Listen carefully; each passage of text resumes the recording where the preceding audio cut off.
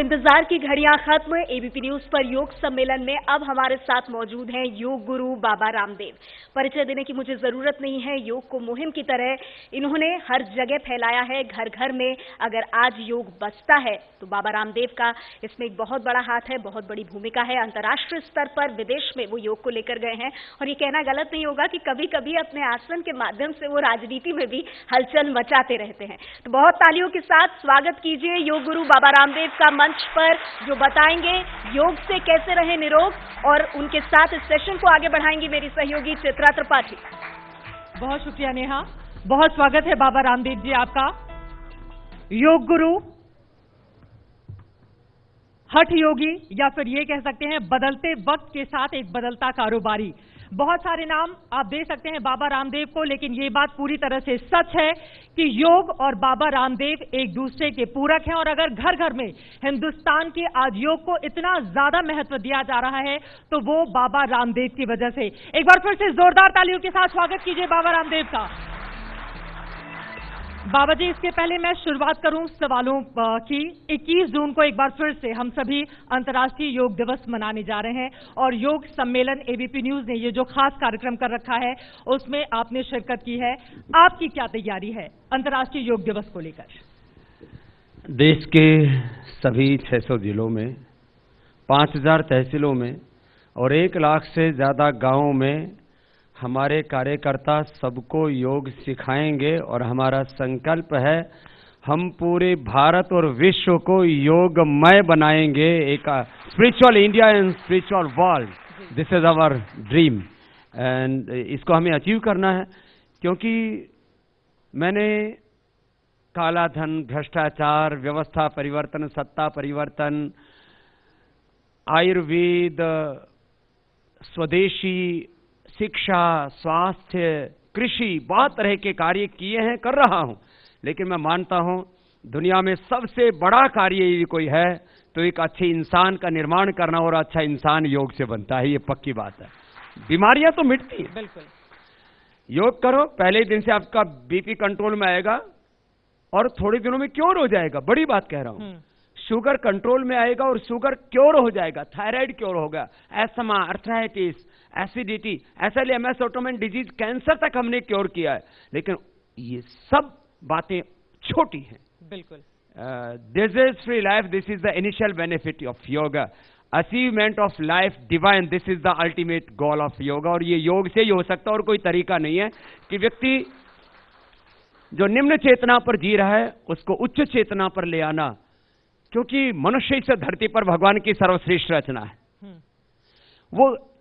लेकिन इतनी बड़ी विशेषता होने पर भी गिरे तो वो शैतान हैवान और उठे तो वो भगवान हो जाता है। ये योग नर से नारायण होने की, जीव से ब्रह्म होने की, इंसान से भगवान होने की यात्रा है। और इस पर एबीपी ने पहल की है योग सम्मेलन की। इसके लिए मैं अपनी ओर से और इन सब की ओर से आपका अभिनंदन करता हूं। ये बहुत बड़ा कार्य किया आपने। आपको रखे आगे, ये स्लोगन है एबीपी का। तो आपको आगे रखने का काम एबीपी तो करता ही है, लेकिन जिंदगी के हर मुकाम पर आगे रखने का काम योग करता है, और हमने वो करके दिखाया है। और योग को रखे आगे, ये आपका नारा है। चलिए आगे बढ़ते हुए, चूंकि इस बार योग दिवस का जो थीम है वो डायबिटीज है और हिंदुस्तान में तकरीबन 7 करोड़ ऐसे पेशेंट हैं जो डायबिटीज से पीड़ित हैं, और वो योग के माध्यम से अपने आप को कैसे बेहतर बना पाए ताकि उनकी जिंदगी अच्छी हो सके। और पिछले 13 सालों का आंकड़ा तो कहता है कि डायबिटिक पेशेंट दुगने बढ़े हैं। तो ऐसे में आप कौन सा योग करके हमें दिखाएंगे जिनके जरिए उनके जीवन की जो दिक्कतें हैं वो दूर हो सके? देखिए, गवर्नमेंट का टारगेट हो सकता है एक बीमारी पर। मेरा टारगेट है भारत सभी बीमारियों से युक्त हो और सब बुराइयों से मुक्त हो। खाली एक काम योग से करो, ये तो योग की तौहीन है भाई। इतनी बड़ी योग विद्या, उसको खाली आप एक बीमारी तक सिमेट करके रख दो। हाँ, डायबिटीज फ्री भी होगा भारत, मधुमेह मुक्त होगा, मोटापा मुक्त होगा, और उसमें वैसे तो बहुत अभ्यास है, लेकिन कपालभाति प्राणायाम डायबिटीज के लिए सबसे अच्छा है, जिसमें हम श्वास को ऐसे बाहर छोड़ते हैं। इतना अच्छा, इससे पूरा पेनक्रियाज एक्टिवेट हो जाता है। पेनक्रियाज के डीजनरेटिव बीटा सेल्स रीजनरेट हो जाते हैं।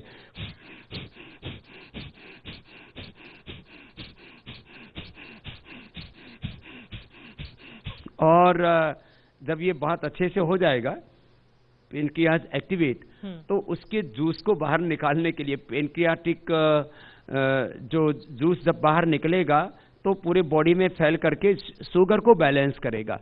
उसके लिए फिर कुछ आसन करने चाहिए, मंडूक आसन, यानी एक कपालभाति और एक मंडूक आसन, इतनी 2 क्रियाएं भी कर लें तो डायबिटीज को आप पूरी तरह से कंट्रोल कर सकते हो। फिर डायबिटीज के कॉम्प्लिकेशंस भी होते हैं। बिल्कुल। किसी की आंखें खराब हो जाती हैं, किसी को हार्ट की प्रॉब्लम हो जाती है, किसी को किडनी की, किसी को फिर नर्वस सिस्टम की, यहाँ तक कि गैंग्रीन जैसी, फ्रोजन शोल्डर जैसी जनरल वीकनेस तो आती ही आती है। तो डायबिटीज के कॉम्प्लिकेशंस को कंट्रोल करने के लिए फिर अनुलोम विलोम भी अच्छा होता है। इससे 72,72,10,201 नाड़ियां अच्छी हो जाती हैं, पूरा नर्वस सिस्टम बहुत ही अच्छा हो जाता है, इम्यूनिटी हमारी बहुत अधिक बढ़ जाती है। बाएं से लिया, दाएं से छोड़ दिया। ये एक राउंड हुआ। ऐसे 3 से 5 राउंड से प्रारंभ तो करें, और मैं तो 5-5, 10-10, 15-15 मिनट इसको कराता हूं, और इससे बीपी क्योर हो जाता है, हार्ट की प्रॉब्लम क्योर हो जाती है, migraine pain, depression, acute depression इससे क्योर हो जाता है। बहुत बड़ी बात है। और जो आसनों की मैं बात कर रहा था, तो ये सबसे अच्छा आसन है डायबिटीज के लिए, मंडूक आसन। मुट्ठियां बंद कर लेते हैं ऐसे, और नाभि के दोनों ओर ऐसे मुट्ठियां लगा के और आगे झुक जाते हैं, सांस बाहर छोड़ के पेट को अंदर दबाते हैं।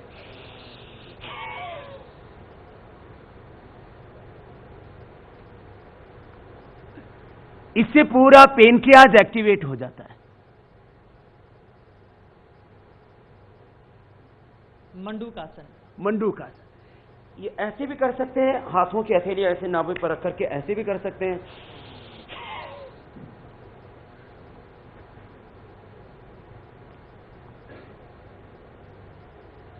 एक आसन में लगभग आधा मिनट ऐसे रुकना चाहिए, तब उसका पूरा बेनिफिट होता है। शरीर विज्ञान का मूल सिद्धांत है, जहां गति होगी वहां शक्ति पैदा होगी, और जहां गति नहीं होगी वहां दुर्गति होगी। ये तो मैंने आपको एक अभ्यास बताया। ऐसे 5-7 अभ्यास डायबिटीज के लिए किए जा सकते हैं। दूसरे भी अभ्यास हैं। जिस तरह से मंडूक आसन फायदा करता है, ऐसे ही योग मुद्रासन भी डायबिटीज के लिए बहुत फायदेमंद है। उसके लिए पद्मासन में बैठना पड़ेगा। पद्मासन में ऐसे बैठ करके, और जैसे हम मंडूक आसन में आगे झुके थे, ऐसे ही श्वास को बाहर छोड़ के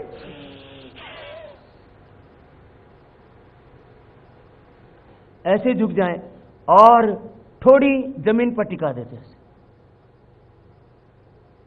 इसके लिए पेट थोड़ा हल्का करना पड़ेगा, इसलिए मैंने पहले ही कपालभाति बताया, इससे पेट छट जाएगा।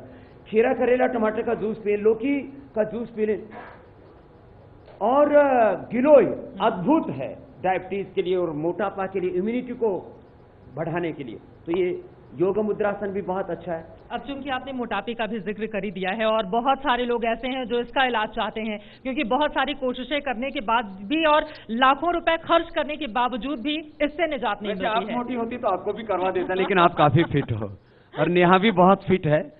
यहाँ जितने भी मेरे सामने बैठे हुए हैं, 2-4 को छोड़ करके काफी फिट हैं। ये हमारी बहन आई हैं, क्या नाम है, डाइटिशियन है, पूजा जी, ये भी बहुत फिट हैं। तो मुझे लगता है एक बहन जी बैठे हैं, आप नाराज तो नहीं होंगे ना? देखो, जो है मोटापा के लिए वैसे तो बहुत तरह के योगाभ्यास होते हैं। आप सूर्य नमस्कार करते हैं तो भी आपका मोटापा कम होता है, थोड़ा दौड़ लगा लो तो मोटापा कम हो जाता है, और कुछ नहीं तो खड़े खड़े थोड़ी जॉगिंग कर लो, इससे भी आपका मोटापा कम। कुछ ना कुछ फिजिकल एक्टिविटी करो।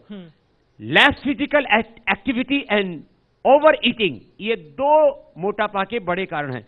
वैसे किसी किसी के खानदान में मोटापा होता है, बापू मोटा, माँ भी मोटी, तो फिर खानदान में है ही वो कार्यक्रम तो बच्चे मोटे हो जाते हैं, चाहे जेनेटिकली मोटापा हो या किसी कारण से।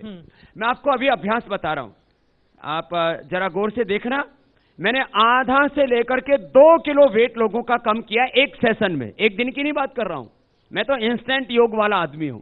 अभी करो अभी पाओ, अभी नहीं तो कभी नहीं। लोग कहते थे योग करोगे अगले जन्म में मुक्ति मिलेगी, लोग कहते हैं भैया अपना काम नहीं, चलो छोड़ो। मैं कहता हूं अभी करो और अभी पाओ। तो मोटापा कैसे घटाओ? देखो, एक तो ये अभ्यास, ऊपर वाला हाथ की हथेली नीचे के ऊपर हाथ कान से लगा, पहले धीरे धीरे ऐसे करना और बाद में तेजी से ऐसे 25-50 बार ऐसे कर लो, तो जो मोटी मोटी कमर है ना वो कमरा बन गई, वो पतली हो जाए एकदम। ये सबको ऐसी पतली कमर चाहिए, तो पतली कमर हो जाए। फिर ये क्रॉस करके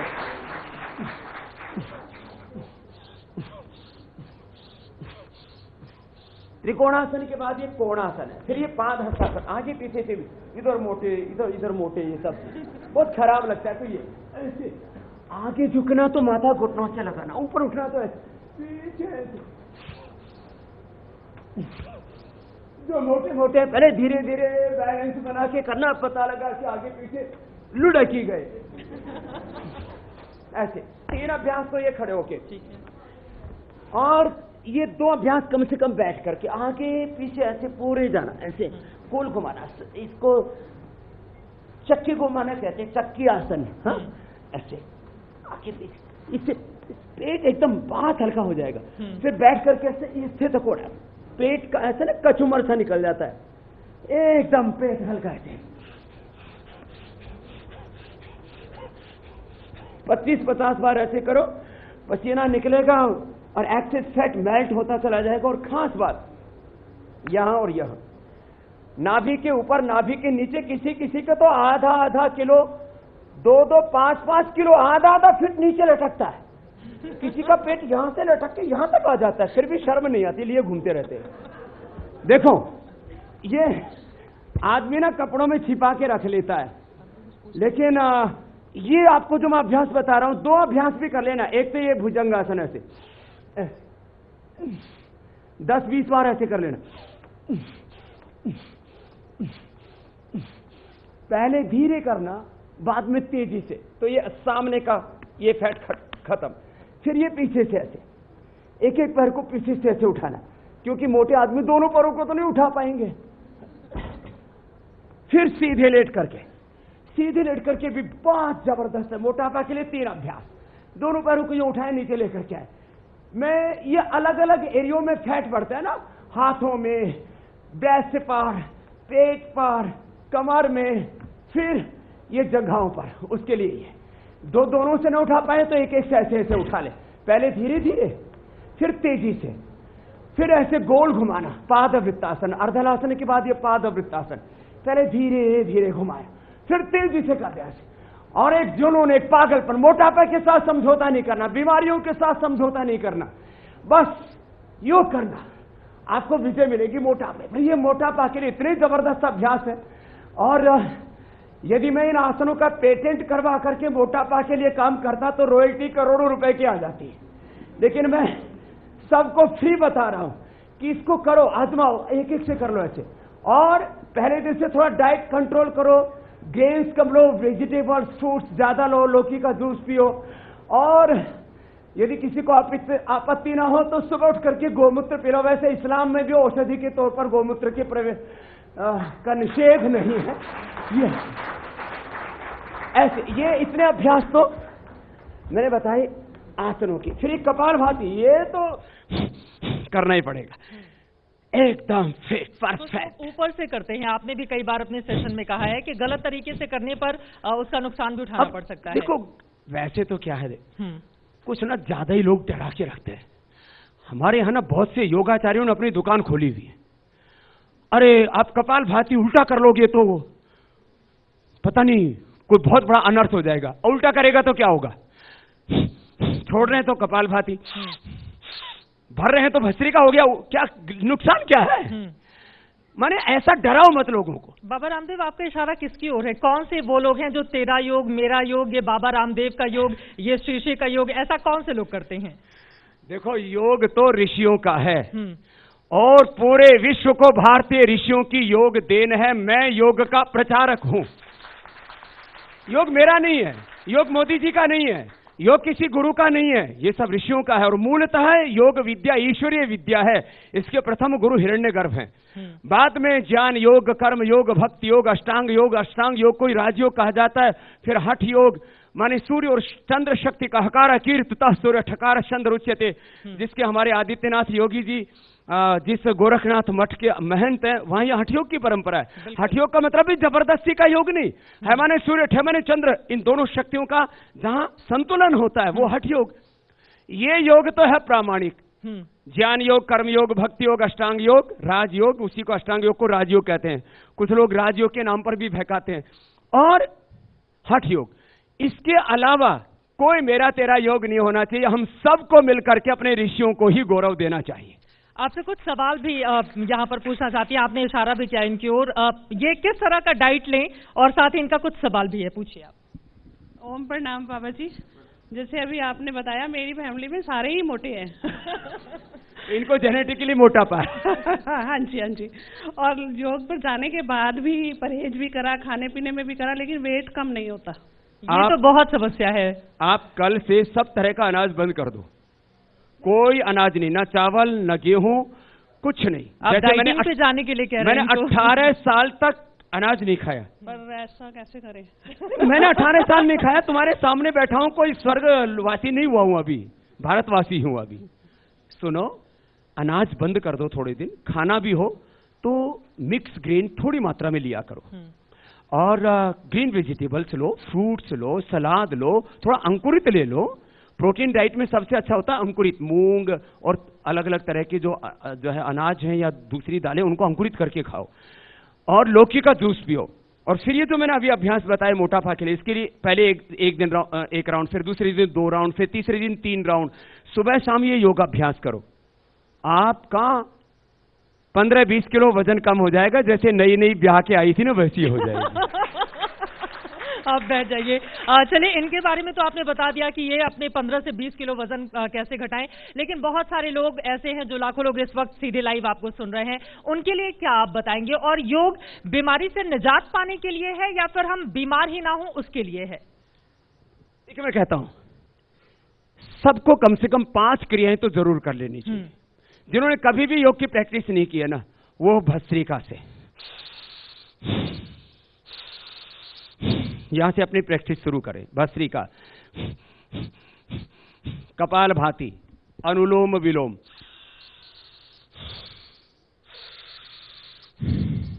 भ्रामरी, कान बंद करके, मुख बंद करके ओंकार का नाद।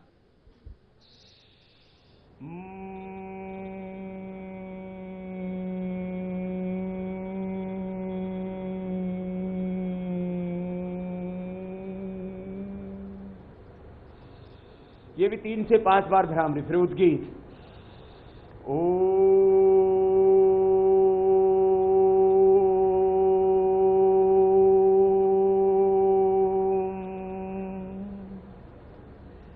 इन 5 चीजों से शुरुआत करें। और ये सब कर सकते हैं। जो नीचे नहीं बैठ सकते वो कुर्सी पर बैठ करके कर सकते हैं। कोई पद्मासन में बैठ के करना चाहे पद्मासन में बैठ करके कर सकते हैं। कहीं पर भी बैठ करके 5 अभ्यास शुरू कर दीजिए। अब कोई जवान है तो वो 5 अभ्यास जवानों वाले शुरू कर ले। अब जवानों वाले अभ्यास बता देता हूं। देखो, ये तो मैंने सबके लिए बताया ना। योग सबके लिए, बड़े बुजुर्गों के लिए, बीमारों के लिए भी है, बच्चों के लिए भी है, जवानों के लिए भी है, रोगियों के लिए भी है, निरोगियों के लिए भी है, योगियों के लिए भी है। सुनो, आजकल तो जो योग करता है वो MLA, MP, CM, PM सब कुछ बन जाता है। इसलिए अब देखो, ये अब मैं जवानों के लिए, जो यंगस्टर्स हैं उनके लिए बता रहा हूं। पहले दीवार के साथ करना। 100 साल तक आपके बाल बहुत अच्छे रहेंगे, आंखों पर चश्मा नहीं चढ़ेगा, और चेहरा टमाटर की तरह लाल रहेगा। फेयर एंड लवली नहीं लगाना पड़ेगा। और सेक्सुअल डिसऑर्डर्स नहीं होंगे बच्चों को। नहीं तो आजकल शादी के बाद दवाइयां लेना शुरू कर देते हैं जी, बच्चे नहीं हो रहे। फिर ब्याह ही क्यों करा था जब बच्चे नहीं हो रहे? तो भाई योग करो। योग करोगे तो कोई बीमारी होगी ही नहीं ना। आपको अविवाहित ब्रह्मचारी रहना है, सन्यासी बनना है तो भी योग करो, गृहस्थी बनना है तो भी योग करो। ये शीर्षासन तो बहुत ही अच्छा है। 100 साल तक इससे हम स्वस्थ रहते हैं। फिर थोड़ा शवासन कर लो, और फिर शवासन करके फिर ये सर्वांगासन, ये भी बहुत जबरदस्त है। ये भी 1 से 2 मिनट हर एक आसन किया जा सकता है। सर्वांगासन के बाद ये हलासन, और हलासन के बाद ये बच्चों के लिए बता रहा हूं, जवानों के लिए चक्रासन, और फिर ये पश्चिमोत्तानासन, आंखें झुक करके और माथा घुटनों से लगाना, कोने जमीन पर टिका देना, ऐसे करना चाहिए। और फिर किसी में थोड़ा दम कम है तो जवानों को और बच्चों को सूर्य नमस्कार भी बहुत अच्छा ना, ये भी ऐसे 12 अभ्यास है इसके, कोई मंत्र तंत्र यंत्र षड्यंत्र करने की आवश्यकता नहीं। और जो भी करेगा, हिंदू करे, मुसलमान करे, सिख करे, ईसाई करे, जो भी करेगा वो स्वस्थ रहेगा। अच्छा बताओ, कोई ऐसे कर लेगा तो ऐसे करने से कोई मुसलमान हिंदू तो नहीं बन जाएगा? हाँ, जो भी करेगा वो हेल्दी जरूर बन जाएगा।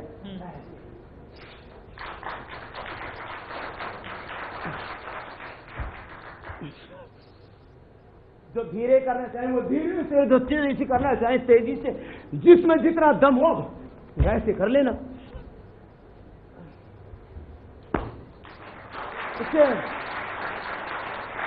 अब बहुतों को बॉडी बनानी है तो बोलते अरे बॉडी बनाने के लिए जिम में जाने की जरूरत नहीं है, योग करो तो मसल्स भी अच्छे बन जाएंगे, बॉडी की कटिंग भी अच्छी हो जाती है। सबको चाहिए ना ऐसी भुजाएं उभरी हुई, सीना उभरा हुआ, पेट कसा हुआ, कमर कसी हुई, और एक एक मांसपेशी शरीर की ना खूबसूरत होनी चाहिए। सबको अच्छा लगता है ऐसा हो तो। 6 पैक एब्स की बात आप कर रहे हैं, सबको बनाने। अरे 6 पैक तो योग से बनते ही बनते हैं, सिंगल पैक भी बन जाता है। देखो सिंगल पैक दिखाता हूँ, ये तो 6 पैक तो हो ही जाते हैं योगी।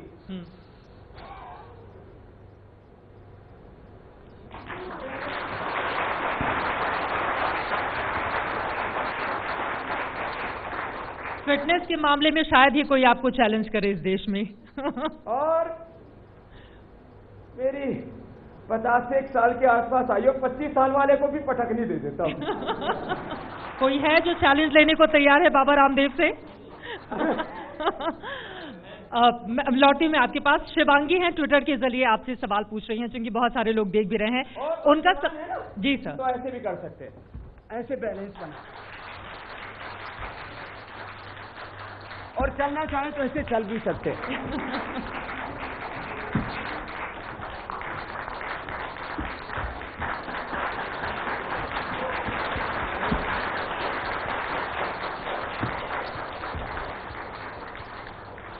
मैंने इसलिए कहा, कुछ लोग सोचते थे ये बूढ़े ठहरे जिनमें कोई दमखम नहीं है वो योग करते होंगे। योग से ताकत भी मिलती है, योग से जवानी भी मिलती है, योग से ज्ञान भी बढ़ता है, योग से भक्ति भी बढ़ती है, योग से पुरुषार्थ बढ़ता है, और योग करते करते आप बड़े बड़े उद्योग भी खड़े कर सकते हैं, और हमने खड़े करके दिखाए। तालियां। योग जब ऊंचा हो जाता है ना जी, तो उद्योग, योग ऊंचा हो गया तो उद्योग हो जाता है। बाबा आप हठ योग भी कर रहे हैं बहुत सारी कंपनियों को देश से बाहर ले जाने के लिए, है ना? अरे अभी तो उनका शीर्षासन कराया, थोड़े दिन में मोक्ष भी कराएंगे, क्योंकि मोक्ष योग का अंतिम लक्ष्य है।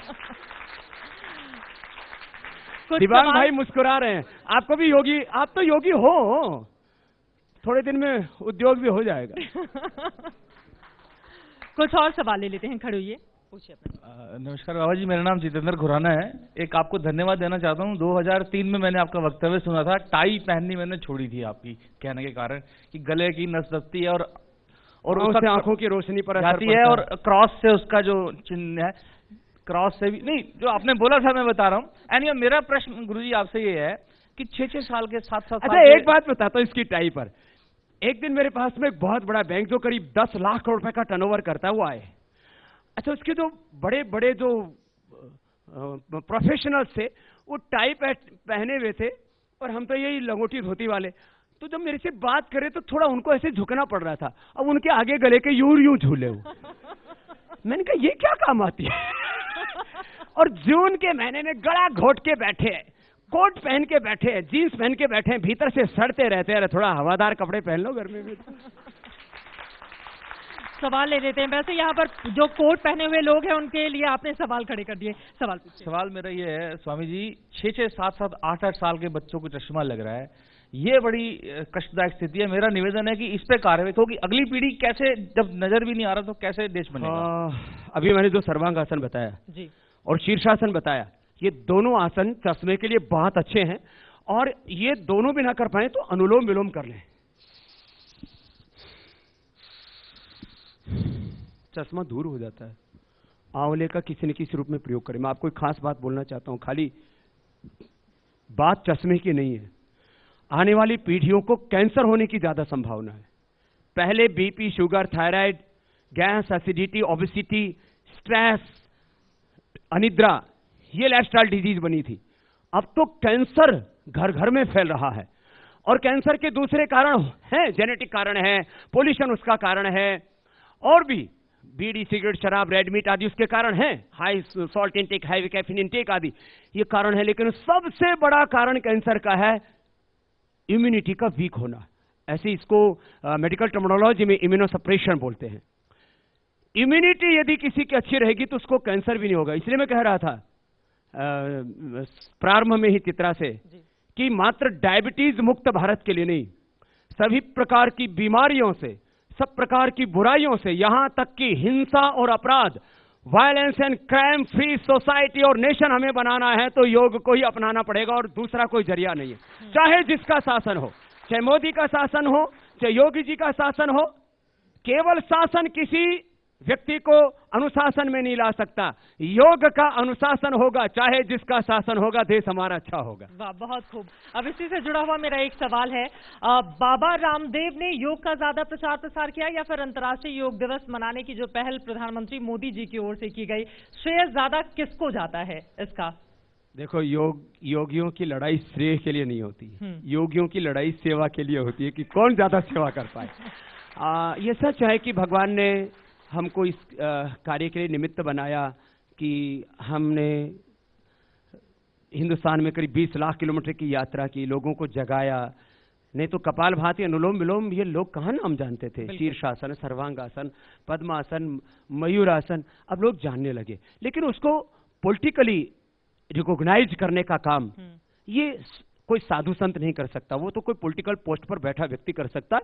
मोदी जी ने यूएन के अंदर योग का प्रस्ताव रखा, 177 देशों के समर्थन से इंटरनेशनल योग डे का प्रस्ताव पारित हुआ। ये एक प्रधानमंत्री ने ऐतिहासिक कार्य किया, बिल्कुल, कि विश्व पटल पर योग के माध्यम से योग, अध्यात्म और भारतीय संस्कृति को इससे सम्मान मिला।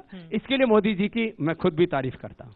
बिल्कुल, बहुत महत्वपूर्ण बात आपने कही है। एक और मेरा ये सवाल है, और अभी ट्विटर के जरिए, क्योंकि सोशल मीडिया से भी हम सवाल उठा रहे हैं, शिवांगी का आपसे सवाल है। उन्होंने पूछा है कि प्रेगनेंसी के बाद नॉर्मल डिलीवरी होने के कितने दिनों के बाद हम योगा कर सकते हैं?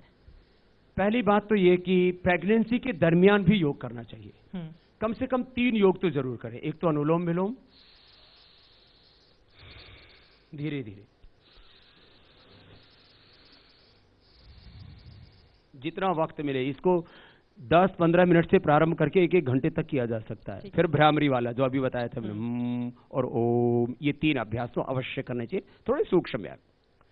और प्रेगनेंसी के बाद चाहे वो सिजेरियन भी है तो थोड़ा कठिन आसन तो नहीं करने होंगे तुरंत, प्राणायाम तो तुरंत शुरू कर सकते हैं, खास करके भस्त्रिका, अनुलोम विलोम, भ्रामरी, उद्गीत और थोड़े सूक्ष्म व्यायाम। और सिजेरियन के बाद भी 4-6 महीने के बाद भी सभी प्रकार के योगाभ्यास किए जा सकते हैं। और यदि नॉर्मल डिलीवरी हुई है तो 7 दिनों के बाद सभी प्रकार के योगाभ्यास आराम से किए जा सकते हैं। और अनुलोम विलोम तो डिलीवरी के दिन ही किया जा सकता है।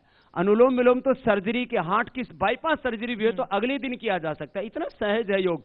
अभी तो प्रेग्नेंट लेडीज को लेकर के भी बहुत भयंकर विवाद लोगों ने खड़ा कर दिया। और ये सवाल भी मैं पूछ लेती हूँ, आयुष मंत्रालय की ओर से बुकलेट जारी किया गया है और कहा गया है कि शारीरिक संबंध नहीं बनाए जाएं, अगर प्रेगनेंसी हो तो अंडा नहीं खाएं महिलाएं। तो इन सारी चीजों को लेकर मैं चाहूंगी कि बाबा रामदेव स्पष्ट करें कि क्या ऐसी चीजें हैं जिसको मानना चाहिए जो महिलाएं इस वक्त गर्भ में हैं। देखो, जहां तक सेक्सुअल बिहेवियर का बात है, जानवरों को देख लो, वो भी प्रेग्नेंट किसी भी जानवर के साथ में इंटरकोर्स आदि की प्रक्रिया नहीं करते। तो जानवरों से ही सीख लो, आयुष मंत्रालय तो बाद की बात है। और किसी भी डॉक्टर से पूछ लीजिए, इसमें कोई राजनीति वाला प्रश्न नहीं है कि प्रेग्नेंट लेडीज पहले जब वो गर्भवती होती है तो उसके शरीर में काफी कॉम्प्लिकेशंस होते हैं। कुछ महिलाओं को तो 2-2, 3-3 महीने तक लगातार उल्टियां चलती हैं, उनको शारीरिक काफी पीड़ा होती है। और उसके बाद जब 3-4 महीने के बाद उनका गर्भ में बच्चा पलता है तो बच्चे को और अपने आप को संभालने में उसकी पूरी ऊर्जा लगती है। उस समय उसके साथ में सेक्सुअल बिहेवियर मुझे लगता है कि क्राइम जैसा है, ऐसा नहीं हो तो अच्छा है। और रही बात खान पान की, खाने से मना किया जा रहा है कि आप गर्भावस्था के दिन के वक्त ऐसा ना करें। गर्भावस्था में यदि जहां तक प्रोटीन की बात करें तो जरूरी है।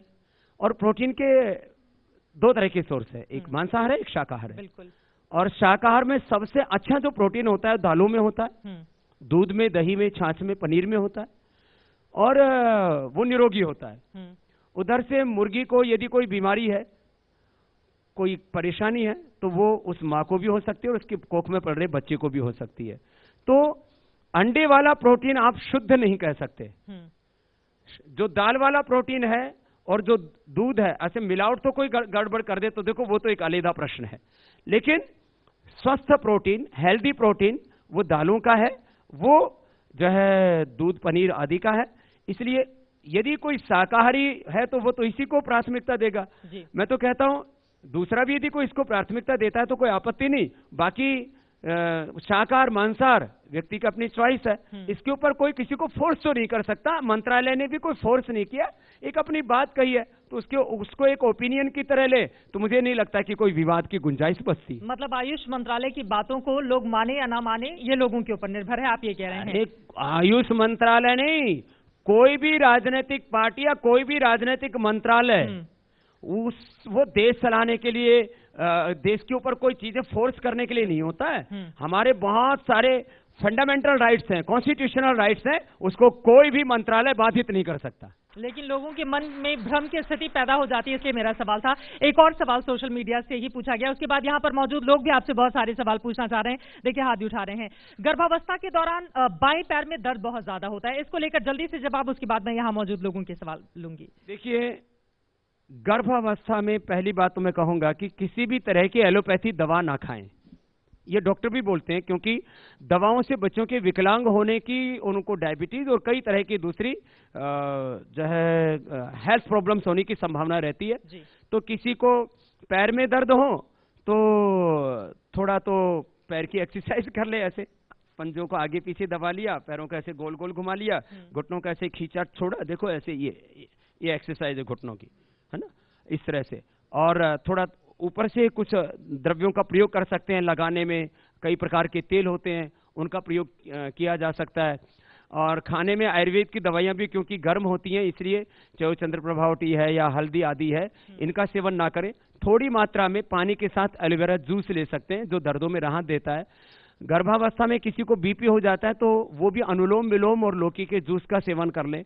किसी को शुगर बहुत अनकंट्रोल हो जाती है तो वो गिलोय का जूस पी लें, ये हार्म नहीं करती हैं, इसलिए मैंने इन चीजों को एडवाइज किया है।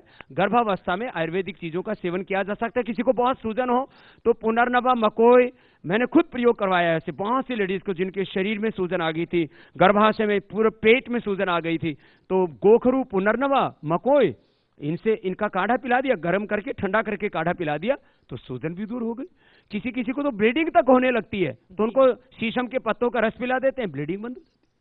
और इस वक्त एक बहुत बड़ी खबर आ रही है बाबा रामदेव आपके साथ, जो हमारे दर्शक यहाँ पर मौजूद हैं और जो इस वक्त एबीपी न्यूज देख रहे हैं, उन सभी को मैं बता दूं, प्रधानमंत्री नरेंद्र मोदी की ओर से ट्वीट करके योग सम्मेलन पर बधाई दी गई है एबीपी न्यूज को।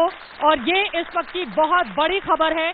एबीपी न्यूज ने जो अपनी जिम्मेदारी निभाई है, योग सम्मेलन, आपको बता दें योग दिवस अभी 21 जून को मनाया जाना है, लेकिन उसके पहले करोड़ों दर्शक इस वक्त एबीपी न्यूज देख रहे हैं और बाबा रामदेव के माध्यम से बहुत सारी ऐसी बातें जो उन्हें नहीं पता है वो जान रहे हैं। इसको देखते हुए प्रधानमंत्री नरेंद्र मोदी की ओर से ट्वीट किया गया है और उन्होंने ट्वीट करते हुए एबीपी न्यूज को बधाई दी है और ये कहा है योग सम्मेलन एक इनोवेटिव तरीका है और इसके लिए मैं एबीपी न्यूज को बहुत बधाई देता हूं।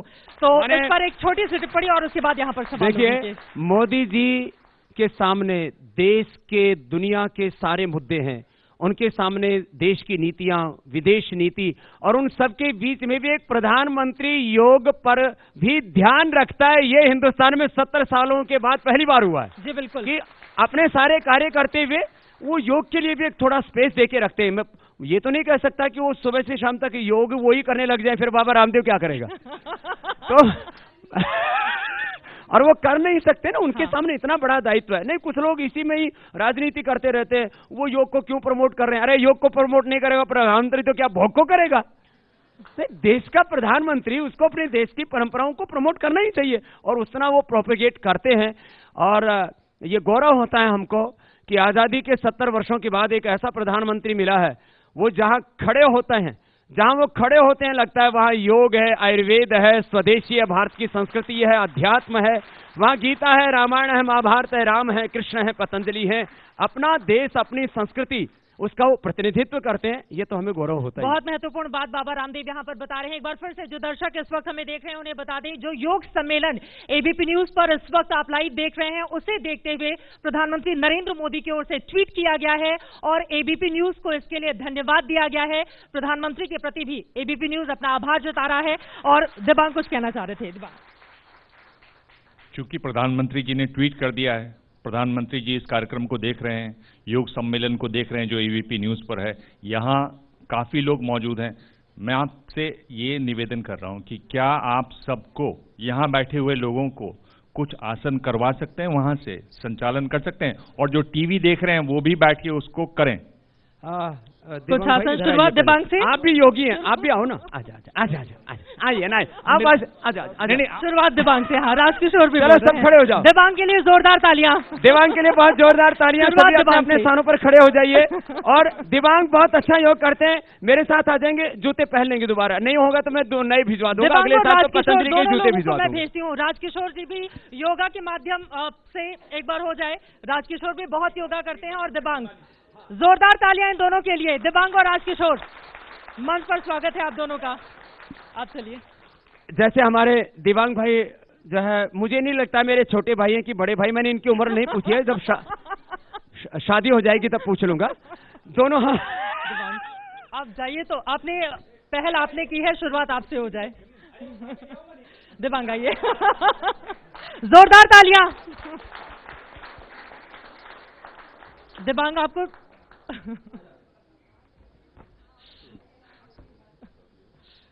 देखो, सिर पे रखो, खड़े हो जाओ।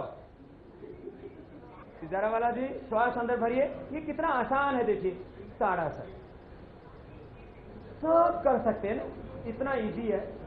कितना आप भी कर लो। माइक रखो नीचे थोड़ी देर, अभी एंकरिंग मैं कर दूंगा। ये फिर नीचे एक स्थिति में 15-20 सेकंड से लेकर के आधा मिनट तक हम बने रह सकते हैं। इससे बॉडी का बैलेंस होता है, बॉडी की बहुत अच्छी साइंटिफिक स्ट्रेचिंग हो जाती है।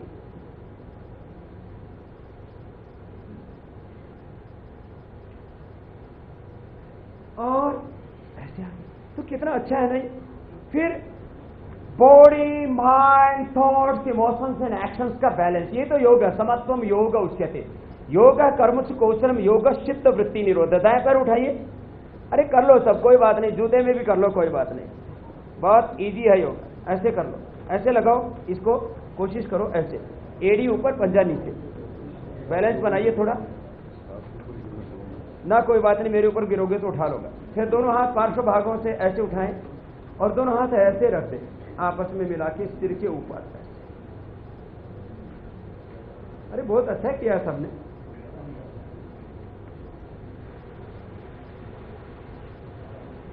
क्या बात,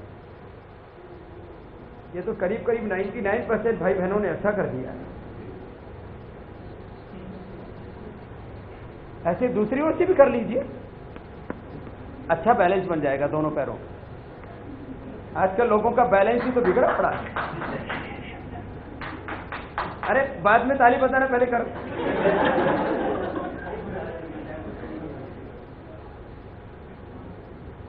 कितना अच्छा लग रहा है। हमारे दिवांग भाई भी बहुत अच्छा कर रहे हैं ऐसे, और कुछ लोग चीटिंग कर रहे हैं, ऐसे ही कर रहे हैं।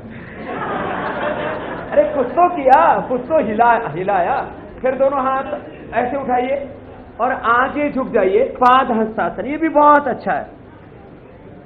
इंटरनेशनल योग डे पर भी अभ्यास आपको करने होंगे। अच्छा है, बैलेंस बनता है। माथा घुटनों से लगा देते हैं, दोनों हाथ कोशिश करते हैं पैरों के बगल में टिक जाए।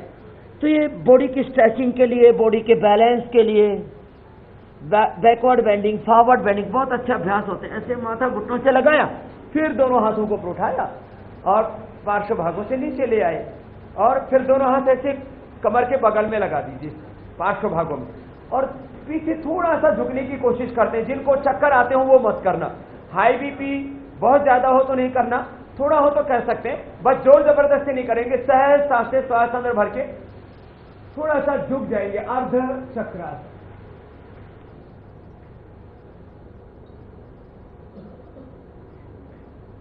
क्या बात है, बहुत अच्छा किया। वापस आ जाइए। अब जब बॉडी फ्लेक्सिबल होती है, आप उधर बैठ जाइए तो आप गिर सकते हैं। तो बहुत देर खड़ा फ्लेक्सिबल हो बॉडी तो ऐसे पीछे यूं भी झुक सकते।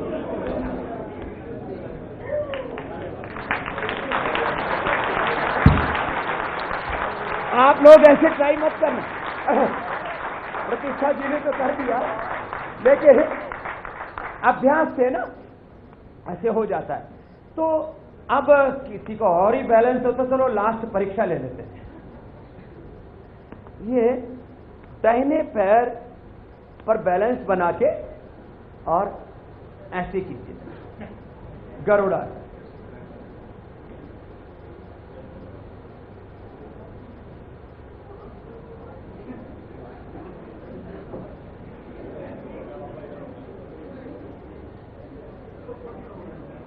अच्छा हुआ। तो अच्छा, कुछ लोग कहते हैं जी योग के ऊपर ना बहुत तरह के लोगों ने रिस्ट्रिक्शंस लगा रखे हैं। योग ऐसे बैठ के करना, इस तरह से पूरे मंत्र आदि पाठ करना। अरे भाई ठीक है, मंत्र आदि पाठ कर लो तो अच्छी बात है, ना भी कर पाओ तो लंबी चौड़ी कहानी नहीं है। न तत्र वाग गच्छित न मनो न विद्वो न विजामिन, यतो वाचा निवर्तन्ते अप्राप्य मनसा सह बुद्धिश्च न विचेष्टति तम आहु परमाम गतिम।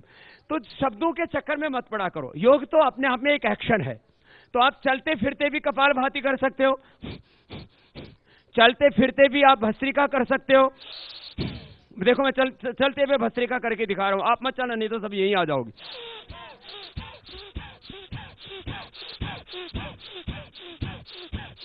क्या दिक्कत है, चलते चलते कर लो, चलते चलते कर लिया। ऐसे ही चलते चलते किसी को अनुलोम विलोम भी करना है, ठीक है, बैठ के करेंगे तो कंसंट्रेशन ज्यादा होगा, ध्यान लगेगा। चलते चलते भी आप खड़े खड़े भी चलो अनुलोम विलोम कर लो, ये कर सकते हैं, कर लो कर लो।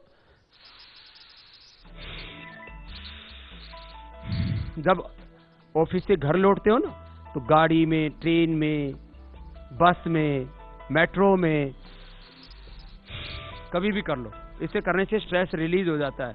नहीं तो ऑफिस का स्ट्रेस घर में लेके आते हैं और फिर बीवी पे गुस्सा हो जाते हैं, ये चक्कर खत्म हो जाएगा। अनुलोम विलोम कभी भी कर सकते हैं दिन में, इसमें कोई खाने का भी नियम नहीं, खाने के आधे घंटे बाद भी किया जा सकता है। चलिए बैठिए। तो हमारे दिवांग भाई की डिमांड पर हमने सबको ये योग भी करा दिया। ऐसे कभी भी योग कर सकते हैं, योग बहुत इजी है, बहुत इजी। इस लोगों ने योग के ऊपर रहस्य के पर्दे डाले हुए थे, हमने उसको बेपर्दा किया है। पहले लोग कहते थे योगियों को योग करना, फिर इंदिरा गांधी जी के समय लोगों को लगा, धीरेन्द्र ब्रह्मचारी जी ने उनको कराना शुरू किया तो लगा रहे तो प्रधानमंत्री जो होता उसको करने जैसा है। हमने गुफाओं से और अट्टालिकाओं से योग को बाहर निकाला और आज घर घर में योग हो रहा है, दुनिया भर में योग हो रहा है। ये है योग की महिमा। सब योग करो, सब योगी बने, निरोगी बने, उपयोगी बने, बहुत जरूरी है ये। पहले लोग कहते थे जो ब्राह्मण है उसी को वेद पढ़ने का अधिकार है। मैंने कहा जो वेद पढ़ेगा वही ब्राह्मण हो जाएगा। पढ़ो वेद, सारे ढोंग आडंबर पाखंडों से बाहर निकलो। कोई शनि, कोई राहु, कोई केतु, कोई वास्तु, कोई ज्योतिष, पता नहीं किसके तंत्र मंत्र यंत्र षड्यंत्र के चक्कर में पड़े। कोई कहता है ये कृपा का कारोबार है। अरे सब प्राणायाम कर, प्रभु की कृपा अपने आप हो जाएगी, क्यों चिंता कर रहा है? भगवान अपना काम कर रहा है तो इंसान जोरदार अपना काम तालियां करे। बाबा रामदेव के लिए। इतने अच्छे से उन्होंने योग सिखाया हम सभी लोगों को जो यहाँ पर मौजूद थे। ट्विटर से लगातार सवाल आ रहे हैं बाबा जी आपके लिए। अरबाज अशरफी हैं, उनका ये सवाल है कि उनको अक्सर उल्टे पांव में दर्द होता है, तो वो कौन सा योग करें ताकि उनकी ये दिक्कत दूर हो सके? मैंने दोनों पाँव का बता दिया, उल्टे का भी सीधे का भी, जो अभी थोड़ी देर पहले बताया था जी। पैरों के सूक्ष्म व्यायाम, वो ये अभ्यास करें सब ऐसे, है ना। इससे और थोड़ा ये घुटनों का ऐसे खींचे छोड़े और उल्टे लेट करके भी ऐसे, ये घुटने के लिए बहुत अच्छा अभ्यास है। नहीं तो कुर्सी पर बैठे बैठे थोड़ा पैर हिला ले। और जो है, क्योंकि प्रेग्नेंट लेडीज तो नहीं कर सकती, बाकी सब कपाल भाती कर लेते हैं, तो कपाल भाती से ना ये जो कैल्शियम की जो डेफिशिएंसी है वो भी खत्म हो जाती है। ऑस्टियोब्लास्ट ऑस्टियोक्लास्ट सेल्स जो हड्डियों के हैं वो बैलेंस होने से बोन फॉर्मेशन, बोन रिजॉर्प्शन का बैलेंस हो जाता है, हड्डियों का मेटाबॉलिज्म अच्छा हो जाता है, मांसपेशियां अच्छी हो जाती हैं। घुटने में नहीं, कहीं पर भी शरीर में पेन नहीं होता है। और कहीं पर भी किसी को पेन है तो हल्दी मेथी सूंठ खा लो, थोड़ा एलोवेरा का प्रयोग कर लो, ज्यादा ये तो थोड़ा चंद्र प्रभावटी जैसी चीजें ले लो, परमानेंट क्योर हो जाता है। कुछ और सवाल ले लेते हैं, यहाँ पर बहुत सारे लोग हैं जो बहुत देर से इंतजार कर रहे हैं। पूछिए सवाल। प्रणाम बाबा। प्रणाम। आजकल मेरा सवाल ये है, आजकल ये बच्चों में आमतौर पे ये प्रॉब्लम देखी जाती है कि उनको नॉक नीज की प्रॉब्लम होती है, घुटने आपस में भिड़ते हैं, घुटने आपस में मिलते हैं, और फ्लैट फुट्स की प्रॉब्लम होती है। उसके लिए कौन सा योग तो बच्चों अभी को जो आपको ताड़ासन बताया था, जी। वो ताड़ासन जो फ्लैट फुट की प्रॉब्लम है ना, इसके लिए। और दूसरा, मेरे खुद मिला करते थे, मेरे बचपन में दोनों घुटने मिला करते थे, पेट बाहर था, लेफ्ट साइड में पैरालिसिस, बहुत बुरी हालत थी। मैंने गरुड़ासन किया जो अभी मैंने आपको बताया था, ये गरुड़ासन। और दूसरा इसके लिए बटरफ्लाई, बहुत इजी है ऐसे, ये बटरफ्लाई और पद्मासन ऐसे। ये 3 अभ्यास जो बच्चे कर लेंगे उनको ये घुटने मिलने की समस्या नहीं होगी। वैसे किसी को फोर्स में जाना है, फिटनेस में ये भी टेस्ट होता है, जिनके घुटने मिलते हैं उनको फिर भर्ती नहीं करते हैं। तो ये बहुत सी यंगस्टर्स के लिए भी एक अच्छा टिप हमने दे दिया। बहुत महत्वपूर्ण आपने जवाब दिया। और आपने जिक्र भी किया कि सेना में जो लोग जाना चाहते हैं, अगर ऐसा हुआ तो फिर सिलेक्शन नहीं होता है, तो उनका सिलेक्शन हो जाएगा। एबीपी का कार्यक्रम देख करके वो एबीपी उनको भी आगे रखेगा। एबीपी का स्लोगन है ना, आपको रखे आगे। कुछ और सवाल। बाबा जी प्रणाम, मेरा नाम शरद माहेश्वरी है, मैं ग्रेटर नोएडा से आया हूँ। मैं ये एक सवाल ही पूछना चाहता हूँ कि हमारे देश में योगा के जो ट्रेनर्स हैं वो बहुत कम हैं, और हमारे देश में कॉलेजेस बहुत ज़्यादा हैं बाकी एजुकेशन के लिए, लेकिन योगा की एजुकेशन देने के लिए बहुत ही कम संस्थान हैं। उन संस्थानों को बढ़ाने के लिए, ताकि हम पूरे विश्व के लिए योगा ट्रेनर सप्लाई कर सकें इंडिया से, ऐसा आपका कोई प्लान है जिससे हम जरूर हम इस योजना पर कार्य कर एक्सपोर्ट कर देंगे बहुत जल्दी पूरी दुनिया में योग ट्रेनर। आपकी जानकारी के लिए अभी इस साल भी हमारे पास कैपेसिटी है, अगले साल तक करीब 5000 लोग पतंजलि से योग में बीए, एमए और पीएचडी कर सकेंगे। ऐसा इंफ्रास्ट्रक्चर अगले साल तक हम बना करके खड़ा कर रहे हैं। और इसके बाद योग के जो QCI का जो कोर्स है उसके लिए भी हम काफी लोगों को तैयार कर रहे हैं, उसमें भी काफी लोगों को हम अवसर देंगे। और एक बात, चलो एक एबीपी के माध्यम से एक ब्रेकिंग न्यूज भी दे देता हूं। हमने पहले सोचा था कि योग को एक कारोबार की शक्ल नहीं देनी चाहिए, कम से कम हिंदुस्तान में तो हम आगे भी नहीं देंगे।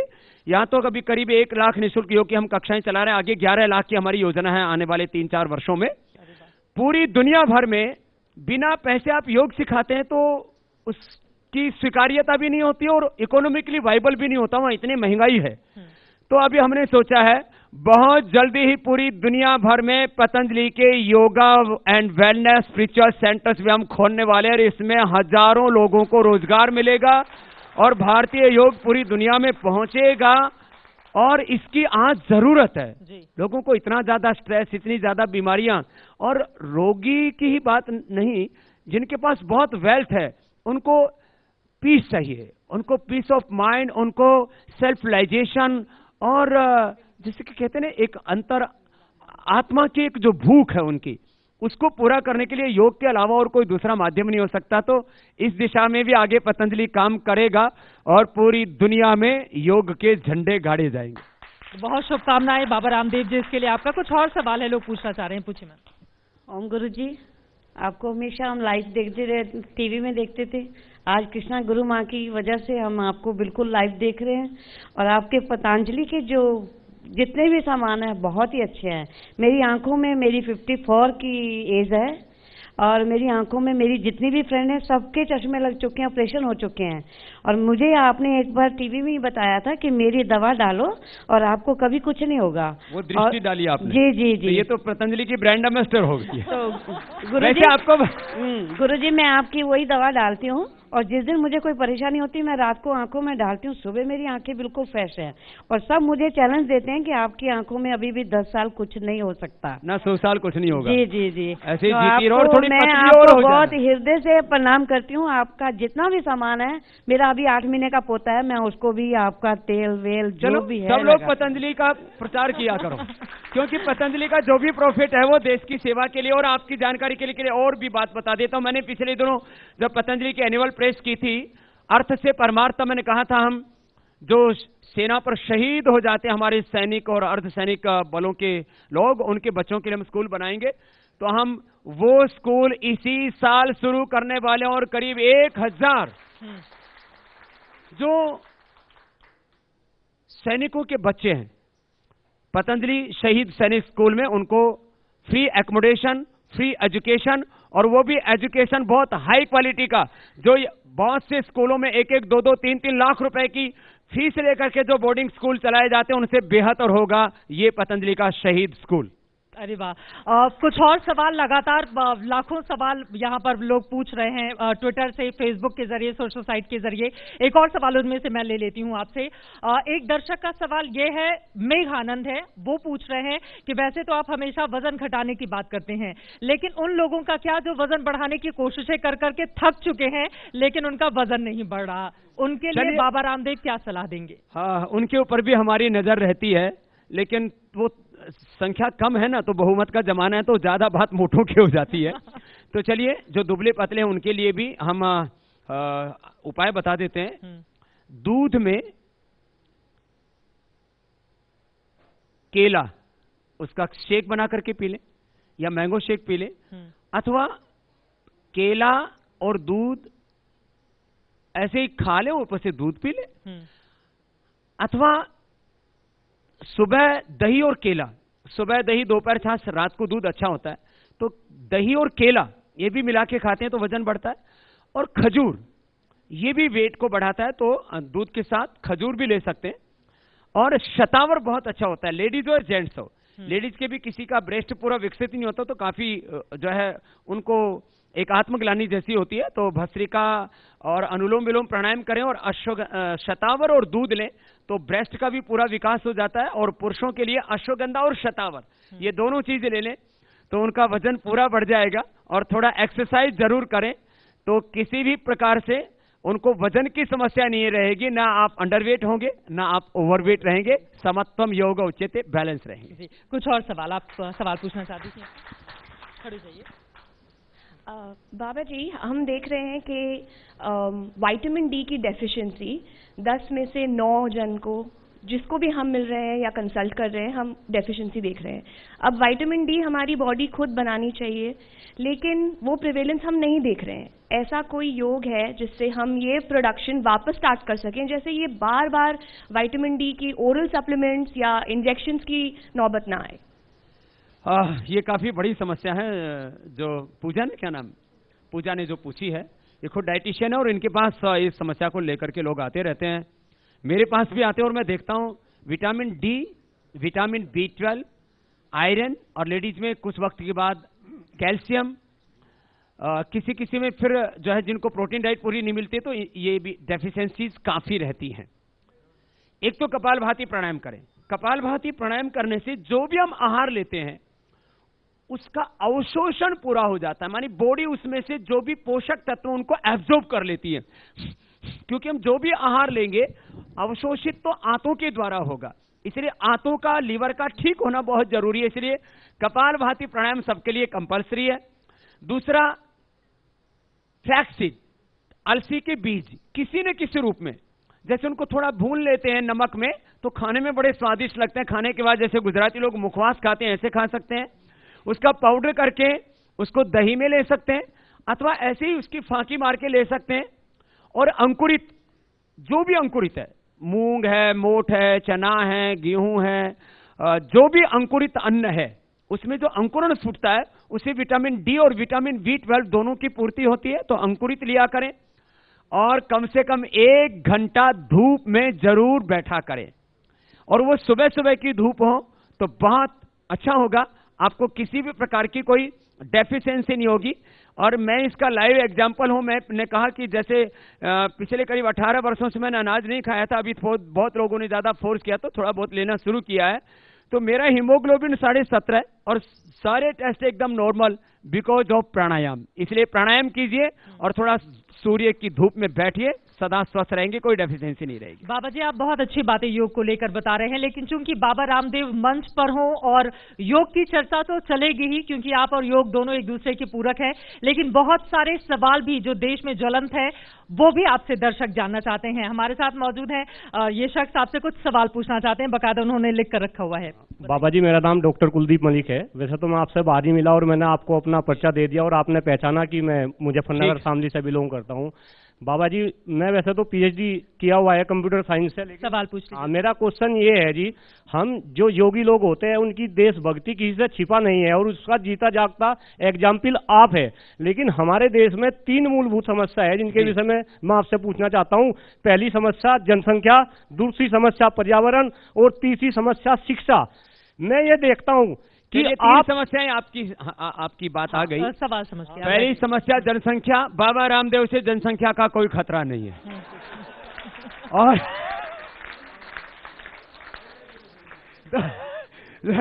और मैं दूसरों से भी प्रार्थना करता हूं, भाई 125 करोड़ लोग पैदा हो गए हैं, थोड़े दिन यदि ब्रेक लगा दो तो बहुत मेहरबानी होगी।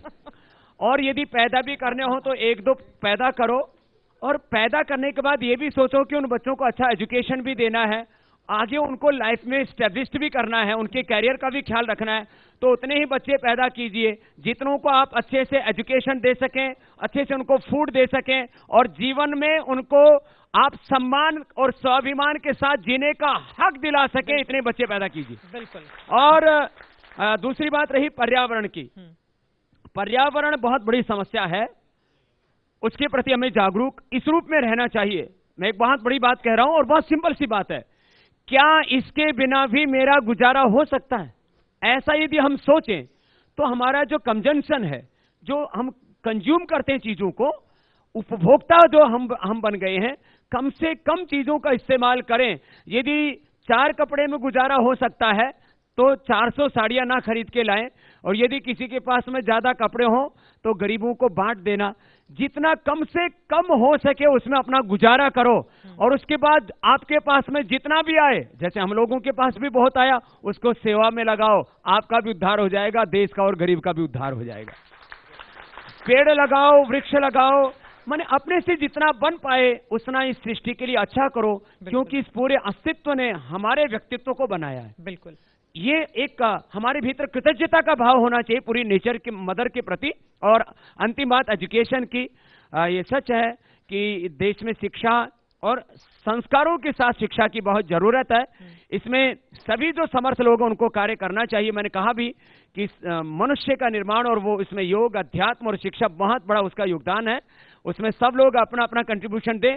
हम भी पतंजलि का जो जितना भी प्रॉफिट है और होगा उसका 70-80% एजुकेशन पर ही खर्च करेंगे, बाकी रिसर्च पर और गौ माता और भारत माता की सेवा पर। सब लोगों को ऐसा सोचना चाहिए। बिल्कुल, एक अच्छी सोच। कुछ और सवाल ले लेते हैं। बाबा जी, आपकी उपस्थिति को मैं प्रणाम करता हूं और साधुवाद देता हूं कि आपने योग को AC से निकालकर गरीब की झोपड़ी तक पहुंचाया। मेरा आपसे सिर्फ एक ही प्रश्न है, और जो सभी लोगों का प्रश्न हो सकता है, कि आज के आधुनिक युग में हम इतनी भागम भाग में लगे हुए हैं कि योगा की तरफ क्या हम अपने जीवन को भी सही तरीके से सुचारू रूप से नहीं चला पाते हैं। छोटा सा प्रश्न है, सबका होगा, मुझे जानकारी है। बोलिए कि रात्रि काल में जब हम भोजन करते हैं, भोजन करने के उपरांत मुझे नहीं लगता कि कोई लोग वॉकिंग के लिए निकलते हों, क्यों इतना स्ट्रेच है, जल्दी सोना सुबह, क्योंकि जल्दी जगना है, बच्चों को शिक्षा के लिए, छोटे छोटे बच्चों को लेके भागते रहते हैं। तो मेरे एक ही प्रश्न है कि भोजन करने के उपरांत कोई अगर योगा है तो मेरी बहन भाइयों को जरूर बताएं। चलो, भोजन के बाद ऐसे बैठना चाहिए, देखो पैर मोड़ के और एड़ियां बाहर, पंजे अंदर, ये वज्रासन हो गया। भोजन के बाद ऐसे बैठने से डाइजेशन अच्छा रहता है, क्योंकि ये जो पिंडलियां है ना, इनका सीधा संबंध हमारी आंतों से होता है। तो ऐसे बैठने मात्र से 100 साल तक तो आपके घुटने अच्छे रहेंगे और आपका डाइजेशन बहुत अच्छा रहेगा, आपकी कमर भी सीधी रहेगी। नहीं तो ज्यादातर लोग ना ऐसे झुक के बैठते हैं, तो थोड़े दिनों में L4-5 में प्रॉब्लम आ जाती है, सर्वाइकल स्पॉन्डिलाइटिस की प्रॉब्लम आ जाती है, स्ciatica और लोमोस्पॉन्डिलाइटिस। इसलिए जहां तक हो सके आप जब अवसर मिले, जापान में मैंने देखा वहां ज्यादातर लोग ऐसे जमीन पर बैठते हैं और अपने आप ही ऑटोमेटिक वज्रासन लग जाता है। तो ये बहुत अच्छा आसन है, इसमें बैठने का अभ्यास करो और खाने के बाद जरूर इसमें बैठा करें। यदि वक्त मिले तो शाम को खाने के बाद थोड़ा टहलना जरूर चाहिए, और सुबह टहलना नहीं चाहिए। जो बहुत बीमार कमजोर लाचार है वो टहलें तो अच्छी बात है, सुबह दौड़ना चाहिए। हमारे यहाँ जिसको देखो वही कुटर पुटर ऐसे चलते रहेंगे। ये कोई तरीका है? मैंने, अरे जवान आदमी है तो उसको तेजी से ऐसे चलना चाहिए। ये जरा चिकना फर्श है, तेजी से चलो। और जो है जो जवान आदमी उसको दौड़ना चाहिए, और जवान आदमी को तो थोड़ा सा दंड बैठक भी लगाना चाहिए। सुबह उठ करके थोड़ा ऐसे दंड बैठक लगाओ, ऐसे लगाना चाहिए जवानों को। और जवानों को थोड़ा ये भी करना चाहिए, थोड़ा 25-50 बार ऐसे करो, इससे भुजाएं मजबूत बन जाएंगी। इस तरह से कर लो। और जवानों को तो मैं कई तरह की एक्सरसाइज बताता हूँ, ऐसे करना चाहिए, ऐसे करना चाहिए, फिर ये ऐसे भी करना चाहिए। सब जवानों को सुबह उठ करके थोड़ा पसीना बहाना चाहिए सबको। ये जवानों को मैं इसलिए बता रहा हूँ, हिंदुस्तान जवान देश है और करीब 60% यहाँ पर युवा कहे जाते हैं, लेकिन पड़े पड़े सोते रहते हैं, पाते रहते हैं, सुबह सुबह अपान भाई छोड़ते रहते हैं। सुबह सुबह ऐसे थोड़ा करना चाहिए। और जो जवान हो उनको तो ऐसे ना ये चक्कर दंड भी लगाना चाहिए, इस तरह से और इस तरह से, और बन पाए तो ऐसे ये मारना चाहिए।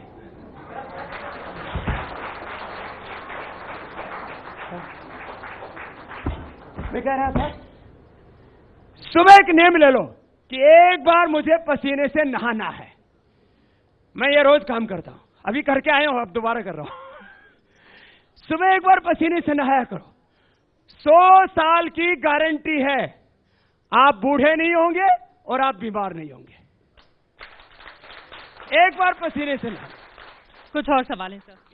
बाबा जी, मैं वैसे तो 15-20 साल से योगा कर रही हूँ, बहुत हेल्दी हूँ, लेकिन बस मैं ये एक क्वेश्चन आपसे रेज कर रही हूँ कि सारी देशवासियों के लिए, उन लोगों के लिए जो शराब, सिगरेट और तंबाकू खाते हैं और जो कि बहुत हार्मफुल है, मैं ये पूछना चाहती हूँ ऐसा कोई योग है जिससे कि इन देशवासियों से इससे छुटकारा मिल सके? महत्वपूर्ण सवाल है। मैंने अभी जवानों के लिए भी बताया कि जो जवान सुबह उठ करके दौड़ लगाएगा, खेलेगा, सूर्य नमस्कार करेगा, कसरत करेगा, ड्रग एडिक्शन होगा ही नहीं। एक आपको साइंटिफिक रीजन बताता हूं। एक्सरसाइज करने से, दौड़ने से, खेलने से प्रोलैक्टिन, कार्टिसोल, एसिटियस घट जाते हैं, बीटा इंडोर्फिन का लेवल बढ़ जाता है। ये जो बीटा इंडोर्फिन है, इसका जो केमिकल वैल्यू है वो मॉर्फिन जैसा होता है। मॉर्फिन होता है अफीम में। तो सुबह एक बार जो योगाभ्यास कर लेंगे, दौड़ लगा लेंगे, एक्सरसाइज कर लेंगे, उनको तो ऐसा ही कि नशा सा चढ़ जाता है। जैसे मुझे 9 साल की उम्र में नशा चढ़ा था, आज तक उतरा ही नहीं है। ये 9 साल की उम्र में चढ़ा था नशा, आज तक उतरा नहीं है। ऐसे ही जो योग, एक्सरसाइज, फिजिकल एक्टिविटीज का नशा चढ़ जाता है तो नशा करने की इच्छा ही नहीं होती। और जो भी नशा करते हैं उनको थोड़े दिन तक कपालभाति, अनुलोम विलोम ही करवा दीजिए, नशा करने की इच्छा ही नहीं होती है। ये आपको मैंने जो लाखों लोगों पर एक्सपीरियंस किया वो बता रहा हूं। तो योग जो है वो रोग मुक्ति के साथ नशा मुक्ति का भी एक बहुत बड़ा मंत्र है।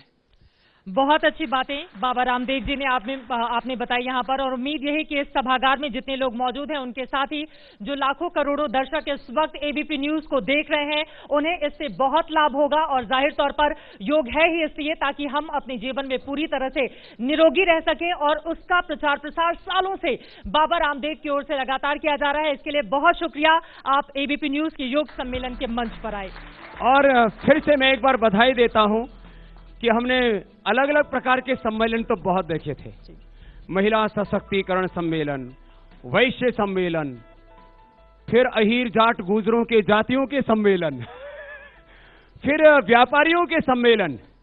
ये एबीपी न्यूज ने योग सम्मेलन की जो पहल की उसके लिए बहुत बहुत बधाई। योग से इस देश का सौभाग्य जगेगा, सबको स्वास्थ्य मिलेगा, शक्ति मिलेगी, शांति मिलेगी, समृद्धि मिलेगी। और जो एबीपी का जो स्लोगन है ना, आपको रखे आगे, तो सच में जो योग करेगा वो जिंदगी में सबसे आगे रहेगा, और आपको आगे रखने का काम एबीपी कर रहा है। बहुत बहुत बधाई। आपको रखे आगे और हर खबर पर पकड़ के साथ भी। और इस वक्त की बड़ी खबर आपको दे दें, जो योग सम्मेलन एबीपी न्यूज की ओर से किया जा रहा है उसको लेकर अब से कुछ ही देर पहले प्रधानमंत्री नरेंद्र मोदी की ओर से ट्वीट किया गया है, और एबीपी न्यूज की इस पहल का उन्होंने स्वागत किया है, उन्होंने धन्यवाद दिया है और बधाई भी दी है। इसके लिए प्रधानमंत्री के प्रति भी आभार, और बाबा रामदेव के प्रति भी, जो इस वक्त एबीपी न्यूज के इस योग सम्मेलन के मंच पर मौजूद रहे। यहाँ पर मौजूद सभी लोगों का भी बहुत धन्यवाद, और बाबा रामदेव ने विशेष तौर पर यहाँ पर जितने भी लोग मौजूद थे सभी को योग सिखाया, इसके लिए भी सर बहुत शुक्रिया। एक बहुत शुक्रिया। मेरे साथ बोले भारत माता की, भारत माता की। ये है एबीपी न्यूज, आपको रखे आगे।